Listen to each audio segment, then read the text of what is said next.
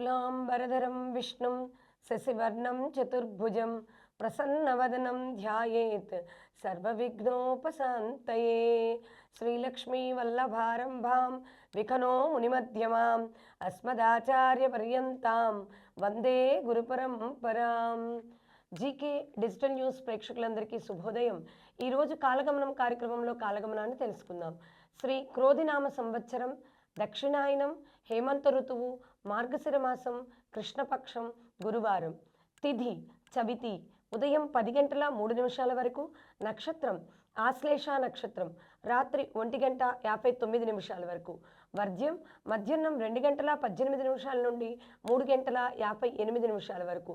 దుర్ముహూర్తం ఉదయం 10 గంటల 22 నిమిషాల నుండి 11 గంటల 6 నిమిషాల వరకు. మరలా తిరిగి దుర్ముహూర్తం మధ్యాహ్నం 2 గంటల 48 నిమిషాల నుండి 3 గంటల 32 నిమిషాల వరకు. ఈరోజు శుభ సమయం ఉదయం 8 గంటల నుండి 8 గంటల 40 నిమిషాల వరకు. సాయంత్రం 4 గంటల 30 నిమిషాల నుండి 5 గంటల 30 నిమిషాల వరకు శుభగడియలు కొనసాగుతాయి. ఈరోజు నక్షత్రం ఆశ్లేష నక్షత్రం. ఈ నక్షత్రంలో ధర్మరాజు, లక్ష్మణుడు, శత్రుఘ్నుడు వంటి గొప్ప మహాపురుషులు జన్మించినటువంటి నక్షత్రం ఇది. ఈ నక్షత్రం 6 నక్షత్రాల సమూహంతో సర్పాకారంలో ఆకాశంలో ప్రకాశిస్తూ ఉండేటువంటి నక్షత్రం ఆశ్లేష. ఆశ్లేషకి ఇంకొక పేరు కూడా ఉంది వేదపరంగా, ఆశ్లేష అని కూడా అంటారు.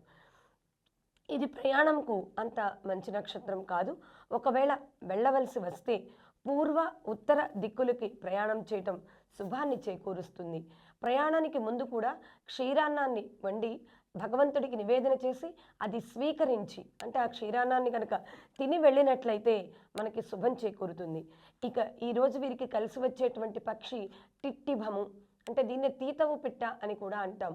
ఆ పక్షి కనిపించినప్పుడు నమస్కరించడం కానీ లేదా ఆ పిట్ట యొక్క కూతను విన్నా సరే వీరికి శుభం చేకూరుతుంది. ఈరోజు వీరికి కలిసి వచ్చేటువంటి వృక్షం ఏమిటి అంటే పున్నాగ చెట్టు.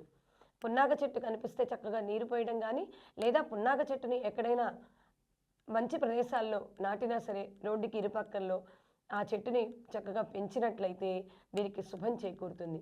మనం వృక్షాలని ఎంత బాగా పెంచుకుంటే అంత మనకి కాలుష్యం అనేది తగ్గిపోయి మనం రక్షించబడతాం. కనుక వృక్షో రక్షిత రక్షత, అది గుర్తుపెట్టుకొని ఈ నక్షత్రాల వారికి కలిసి వచ్చేటువంటి వృక్షాన్ని నాటినట్లయితే శుభం చేకూరుతుంది. ఇంకా ఈరోజు మనం ఈ నక్షత్రంలో జన్మించిన వారందరూ కూడా గురు ఆరాధన, వారికి ఎవరు గురువైతే వాళ్ళు గురువుని కనుక ఆరాధించినట్లయితే శుభం చేకూరుతుంది. కనుక గురు ఆరాధన చేసుకొని సకల శుభాల్ని పొందుదాం. శుభం భూయాత్.